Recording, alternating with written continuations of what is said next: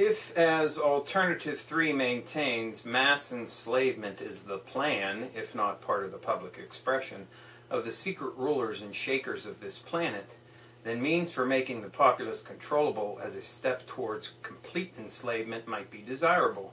Although subjugation of his neighbor has been a pet project of humanity since the beginning of recorded history, since the middle of this century the technology for creating zombies has been turned by scientists into a fine, if horrifying, art.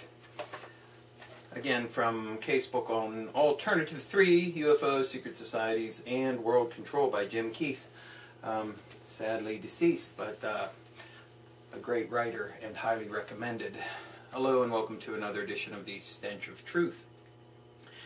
You know, I'm heartened by the idea that finally we're having a dialogue in the public sphere about a moratorium on foreclosures, because we have seen the development of a foreclosure fiasco, and where people have had their homes invaded, even in an attempt to do foreclosures on them, when the people claiming to own the home, the banks that is, don't, and the people have their houses paid off. This is turning into a huge sham and is revealing a possible fantastic and unbelievable problem underlying the entire mortgage system in this country.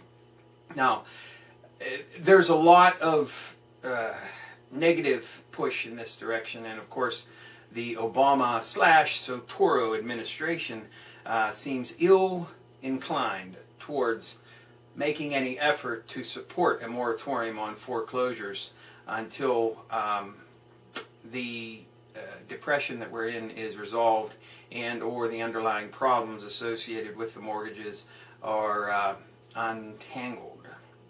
It's my belief that because all of the strange and mythical paper transactions that have been done in the form of credit default swaps, CDOs, and other exotic derivatives have so muddied a large portion of the mortgage market that in fact no one can claim actual real legal ownership of anybody's property in a lot of cases, and that this is what the real problem is.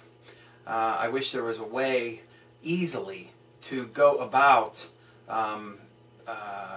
making the banks pay for their gross negligence and the horrific aspects of what they have done with their manipulation of the finance markets by just having the people who maybe even owe, you know, their whole mortgage, but because the bank can't, you know, show that it has legal possession of the title to that property, that family should just get it free and clear and make the banks eat the loss. I wish it was just as simple as that, because that is exactly what I would be pushing for. But certainly a moratorium on foreclosures, if we could do that, at least if we could push for that, if we could strive for that, at least it would take some of the pressure off. And as far as the you know, the arguments put forward that this is going to put a damper on the housing market. Well, you know what? I don't give a shit if it puts a damper on the housing market, okay? Because everything in this country now, when it comes to economy, is all consumer-driven. And we need to get the fuck away from that. We need to get back into a productive mode. So, I'm not for keeping up the consumer fucking charade, okay? So fuck that. So look, a moratorium at the very least would take pressure off of homeowners who are in over their heads and who are struggling, many of which who are out of work. Okay, so this is something that we can strive for. It's a positive thing that we can push for. And the fact that it's being discussed in the public arena and in the totally controlled and manipulated media is a good thing. So let's take advantage of that. Okay.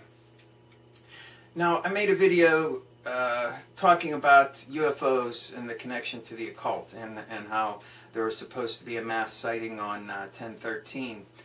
And there have been a few videos, and you know, pictures of things in New York, which I think is a total hoax. But, you know, I haven't done an extensive look at it to give you a definitive answer, but I think it's either a hoax or misidentification, balloons, something to that effect.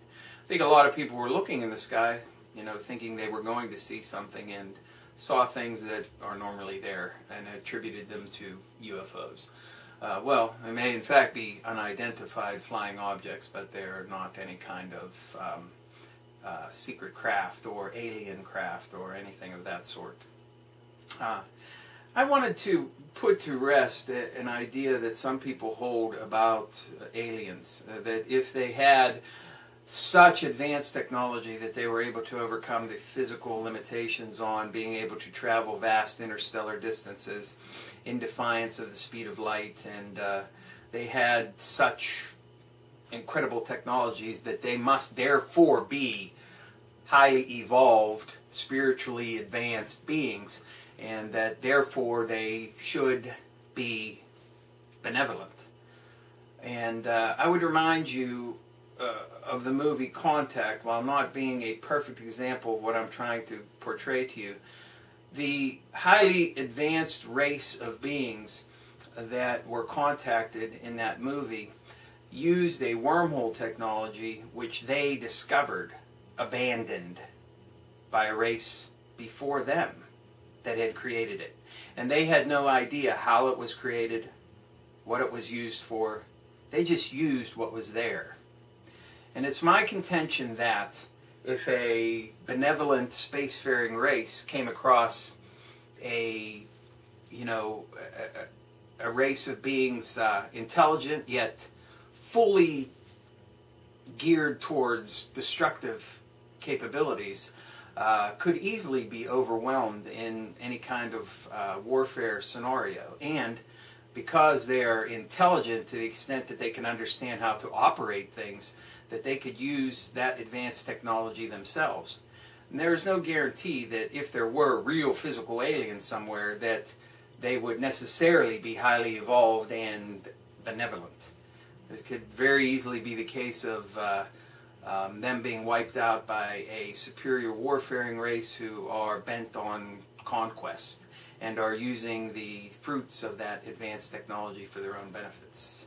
So bear that in mind before you ascribe to the idea that if X, then Y, then Z, because it's not a good equation. One other thing that I wanted to talk about was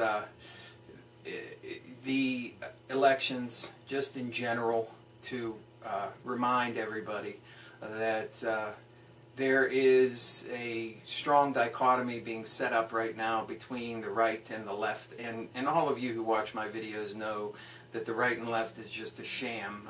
Everybody reports to the same masters here, okay? The ones who have the money and the power behind the scenes decide what the topics of discussion are and decide what the politics is.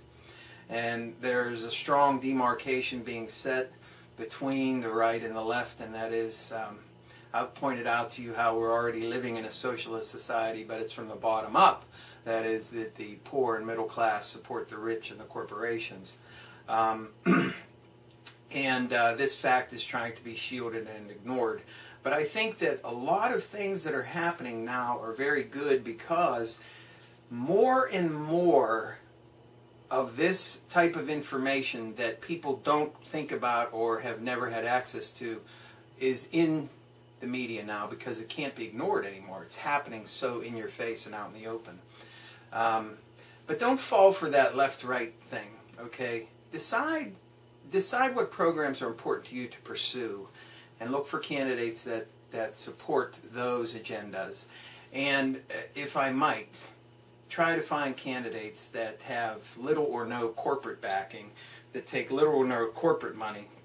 It doesn't matter whether they're Democrats, Republicans, Independents, you know, Libertarians, whatever, you know, that they support the goals that you think are important for the country. But more importantly, look at their financing, because that is a very big portion of what they're really going to do when they get into office. You know what? If I'm Joe Blow running for the fucking Senate, and I have a great thing where I come out and say, you know what? These banks, they make too much fucking money, and they don't contribute enough to our economy. And by God, you elect me to the Senate, and I'm going to do something about these banks. And then you look at my financing, and I get $500,000 from Goldman Sachs. I get $250,000 from other Wall Street firms. And I get, you know, another couple $100,000 spread around from various other finance institutions. What the fuck do you think I'm going to be doing when I get into fucking office? So remember that they all lie. Everything they say is a big fat lie. Okay? They want to be elected. They want to have a job. They think for life. So look at the finances. That's the most important thing you can do to determine exactly what these people are going to do when they get into office. Who's giving them the most money? That is the constituency that they're going to try to please when they get into office. If they're being backed by finance, that's where their loyalty is going to go. It's as simple as that. So, anyway, some thoughts for today. Thank you. Good night.